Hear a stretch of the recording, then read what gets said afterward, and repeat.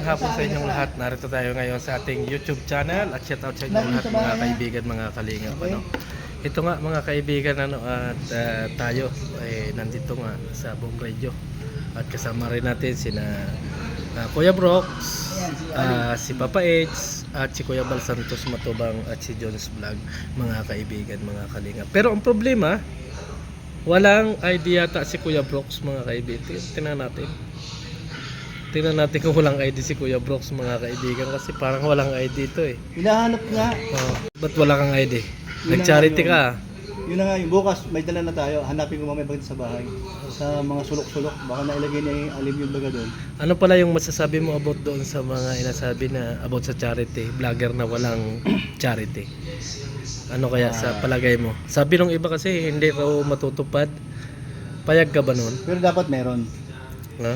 Meron dapat kasi yun naman talaga ang ano eh. Hindi, sabi kasi ng ilang viewers, yung mga basher natin, hindi daw mangyayari yun. Hindi daw nasusunod. Ikaw yung isa sa leader ngayon at ikaw yung hawak. Ano sa palagay mo? Dapat masunod.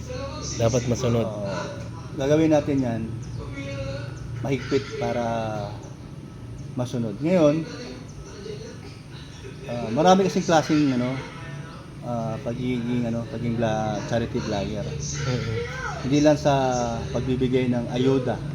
So ito pang isa na magagawa ng mga vlogger,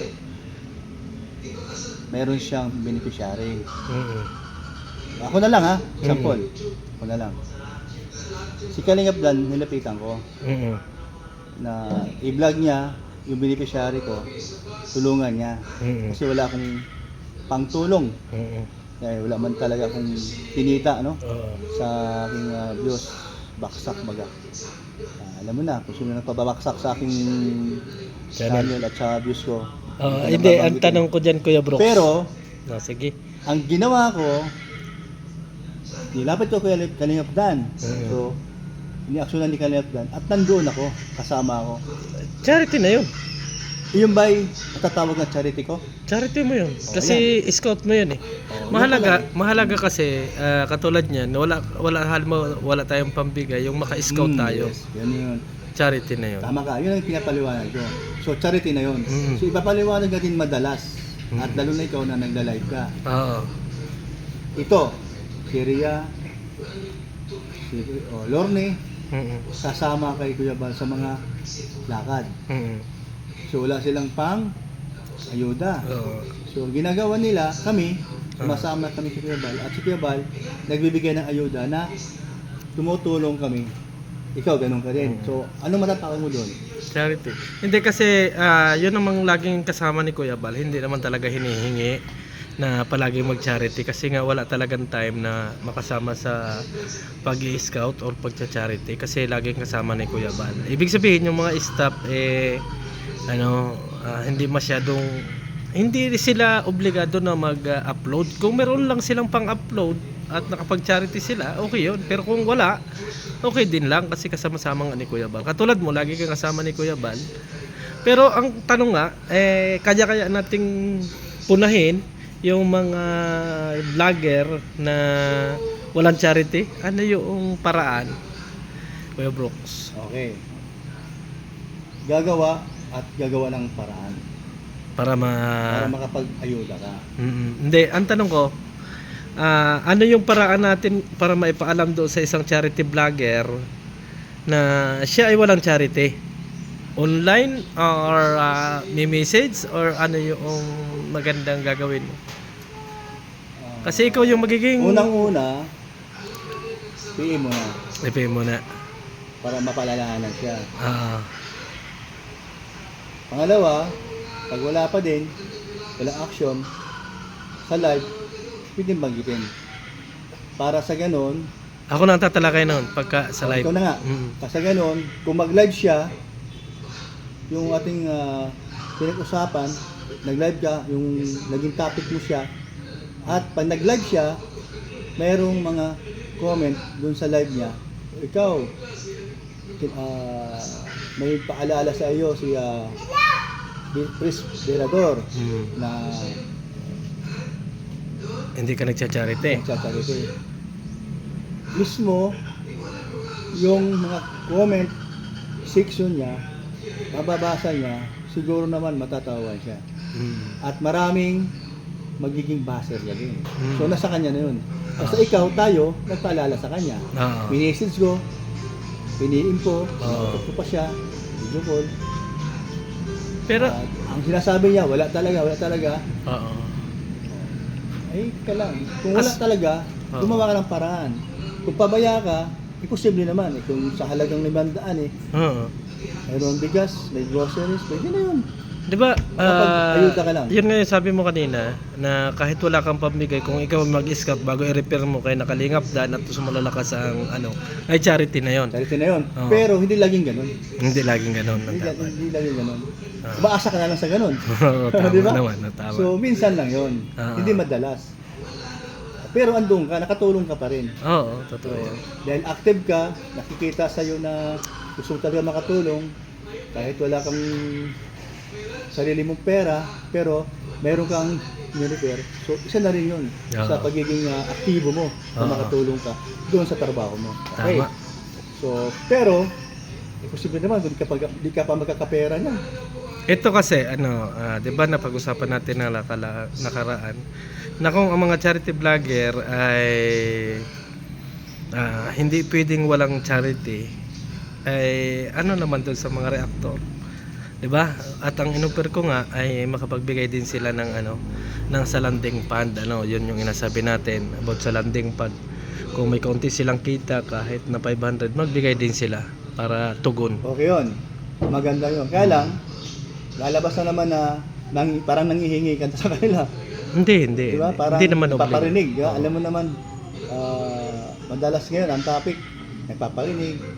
Hindi kasi ganito May yan, gulong. Kuya Brox. Alam mo ganun. Kaya yun ang ino-offer ko din sa ng mga reactor, kasi nga para makatulong din doon sa landing pad. Mas Kasi maganda alam yun. natin yung mga charity ng landing pad ngayon ay talagang durog na durog. Wala na. Talagang walang Kita natin yung mga sina Pastor Jim Morelo, Kalinga Pros, Joey the Great, Tatay Papsi, talagang walang views. Wala talaga Diyos. Oo. Wala talaga. Oo. Kaya yun na lang yung magiging tulong ng mga reactor na mag-share sila sa landing pad para tuloy-tuloy yung programa. Kasi yan ang inaingatan ni Kuya Balay, yung mawala talaga yung charity, 'di ba? Sa programa.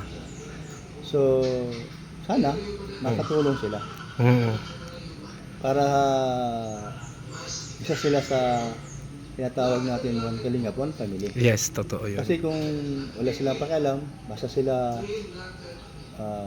mag-content lang sa loob ng Kalingap, Oo. tapos malaki naman ang views nila, Oo. diba? Doon na lang sa sinasabi mo, okay yun para sa akin. Kasi wala din eh. Walang views eh. Nakakita ko din eh. Ito yung tanong, isa pang tanong kasi nandyan ka na rin naman at wala kang idea eh. Tanungin pa rin kita. Marami kasi ang against na bakit daw yung mga charity vlogger ay nagsiyaman at hindi yung tinutulungan. Ano sa palagay mo yung sinasabi ng ilan na ginamit lang natin yung mga mahihirap para yumaman? Totoo kaya yun? Wala man sa isipan natin yan. Oo. Yung nasa isip nila. Hindi naman lahat ng charity vlogger ay gumanda ang buhay, di ba? Hindi ang daming takirap. Oo. Okay. Ito na lang. Maganda bahay ko. Wala man akong pera. Baka mamaya mapahamak pa ako dun sa aking bahay dahil yung mga masamang loob, huwag naman sana mangyari. Oo. Maganda ang bahay ni ngayon. Pasukin natin. Oo. Tapos yun ang pakay nila. Kasi ako, Hindi na pera. Wala may bigyan na pera. Maganda lang bahay ko. kilala mo ako, Kuya Brooks, rolls to rolls talaga ako. Diba? Mahilig ako na gumamit ng rolls, talagang aktibo ako sa rolls. Kaya yung nga maganda sa'yo eh. Ano sa palagay mo, mali ba yung ginagawa ko or tama? Kasi kahit na sino yung napapansin ko na nagkakamali, kahit kadikit pa ni Kalinga Prab, kadikit ni Kuya Bal, ay napapangalanan Tama natin. yun. Kasi sinusunod mo lang yung kung ano yung rules. Ngayon, kung ako sa'yo, ito gawin mo. Si Kuya Bal, talaga namang Walang masamang tinapay yan. Pakabait talaga. Kahit sinong mga tao na binabalahura na siya, pero siya, andun pa rin yung pagiging ano niya, Charity. mabait at Oo. kaibigan pa rin niya. Wini-welcome pa rin niya. Oo, totoo. Okay, ito. Mayroon tayong rules sa loob ng Kalingap. Kalingap. Mayroon kang taong nasagasaan. Totoo yun. Kasama natin, di ba? Oo.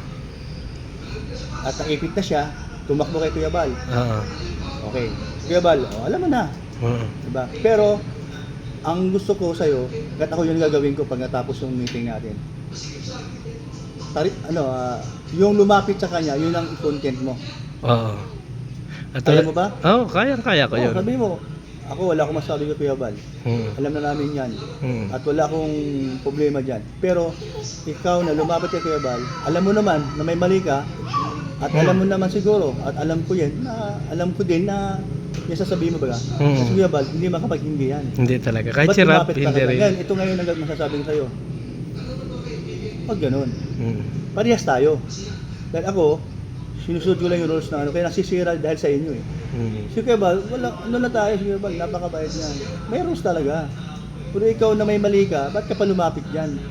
Para dipahan ka ni Kuya Bal? Oo. O yan, nadipahan ka nga. Mahihahiya ka naman. So, ibig sabihin mo, kapag nasita at pumunta kay Kuya Bal, si Kuya Bal ang nagkakaroon basher. Di ba? Totoo yun. Isa yun. Di ba? O, kaganyan, o, ikaw, lumapit ka. O, dahil sa'yo, nagkabasal si Kuya Bal. Oo, totoo. Kaya kayo na may mga problema, huwag na kayong lumapit kay Kuya Bal. Sundin nyo ang ano yung rules sinasabi mo sa live mo. Paring Diablo, di ba? Yun ang gagawin mo sa susunod. Oo. Ikaw na lumapit kay Kuya Bal, saan ang hiya mo? Oo. Tigas mukha mo. Kapal mukha mo. Oo. Kaya Yun. gusto mo yung katulad ng nangyari sa amin dati na ano, nag-reach out si Mikoy, ganun ba yung nangyari? 'Di ba? Maganda yung nangyari sa amin ni ano, nag-reach out si Mikoy sa akin. Nakatsawa ka tuloy na lumambot ka. Ah, So di dapat. Okay, nag-live ka ulit. Ang pinasaringan mo, yung lumapit kay Kuya Bal. Yun dapat ang pinaano mo, kinontent mo. hindi yun Hindi naman. sabihin na gumaganti ka. Mm. Yun ang tama sinabi mo na yung ginawa mo. Ito sasabihin ko sa'yo, di ka ba nahiya sa sarili mo? Yan ka pa lumapit. Alam mo naman na si Kuya Bal, walang masamang tinapay sa kanya. Yung kasing ano, yung nangyari sa amin ni ano, ni Mikoy talaga ang totoo noon. Kami talaga ni Mikoy ang nakapag-usap, hindi si Kuya Bal. Hindi na si Kuya Bal nakipag-usap kay Mikoy. Kami na lang ang nag-usap. Nilinis na namin Sige, yung tayo. ganun ang nangyari. Pero, anong sentro? Silang dalawa. O ano ngayon nangyari dun sa pinag-usapan? Dun sa nasabi mo sa live mo? Pinaliktad baga. Ikaw ang napasama. Pero okay lang yun kasi ginawa naman natin yung Sige, susunod, ang titirahin natin, yung lumapit. Ah, Yung lumapit kay Kuya Bal. yun ang ako. Oo. Oo. Dahil sa kanila, tuloy si Kuya Bal, nagkabaser. Oo. Nakantsawan patuloy. Pinagtatawan na patuloy. Dahil yung rules ni Kuya Bal, hindi nasusunod. Dahil may lumalapit pa rin. Dapat wala na. Huwag na kayo lumapit. Alam nyo na may rules ano? Alam nyo, meron kayong problema. Meron kayong nilabag. Tapos, sinita kayo ni Berador. Dahil siyang may alam kung ano ang pagkakamali niyo. Tapos, naipit kayo ngayon. Nadami yung baser. Sobrang baser mo. Hindi mo alam kung saan ka pupwesto eh. Pambira, no? Ay ano yan, pagtapos na lang ng meeting natin, at least sinagot mo rin yung mga sinasabi nila na hindi natin kayang ipatupad yung roles na walang charity. Maraming salamat Kuya Brock sa iyong ano, at na-interview din kita for the first time ulit na na-interview kita. Pagka naibatas na ito at final na talaga, sa huling meeting natin in general, kasama si Rob, kasama invite mo? Invitahan natin yan, kasama ang mga P-boys, para alam nila ano ang pinag-usapan. Lalo na si Rob. Hindi, maganda sana kung pwede yung lahat ng mga vlogger na nandito sa Bicol. Yun nga, lahat nandito sa DAE. Punta sa dito, para alam, kasi pagka nila atin, tapos pag may nagawa, sasabihin nagmuang-muangan.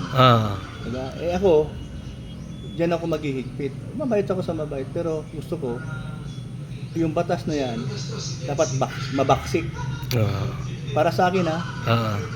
tutupad o tutuparin Oo. para hindi tayo pagtatawanan. Ito na yung una o huli na nagbutuhan tayo. Oo. Sino ang Leader. laan dyan sa pwesto niyan, kagaya niyan, kami dalawa ni Kuya Mel, di ba? Oo. Gagampanan namin yan, lalo na ako. Oo. Ayusin natin yan. Para sa akin, pag batas na yan, ako ang magpaalala sa kanila. Oo. Kami ni Kuya Mel. Oo, tama. Pero Kami maganda ni- yung ano ninyo. Magpaalala sa mga Oo. kasamahan natin. So yung ginagawa nila dati, hindi na po nilang gagawin yan. Pero maganda yung plano nyo na ipipm ninyo or kakausapin nyo. Diba? Hindi mo na. Huwag Oo. natin ipapahiya sa live Oo. para walang maging gagalit. Kasi ayaw ko din may magkagalit. Magkakasama lang naman tayo. Kita-kita sa Hindi, isang kasi event. ako Kita-kita sa isang lugar na Ako kasi ang katwiran ko. nandun lahat. Tapos Ang, kat, gagalit. ang katwiran ko kasi Kuya Brooks, kaya dinadirect ko talaga sila. Ay ano, ang ginawa nyo sa social media, edi sagutin ko kayo sa social media. Pero kung yan yung mga plano ninyo, mas maganda yan at para naman sa gano'n na mas tahimik kung ano man yung mga kahihinat na. So, maraming salamat Kuya Brooks. Tayo magpapaalam na. Thank you sa at bukas ay papunta ka ng Manila. Sinong kasama mo? May Chris. Marami tayo. Oo, so oo. Thank you. Good luck. Ayan.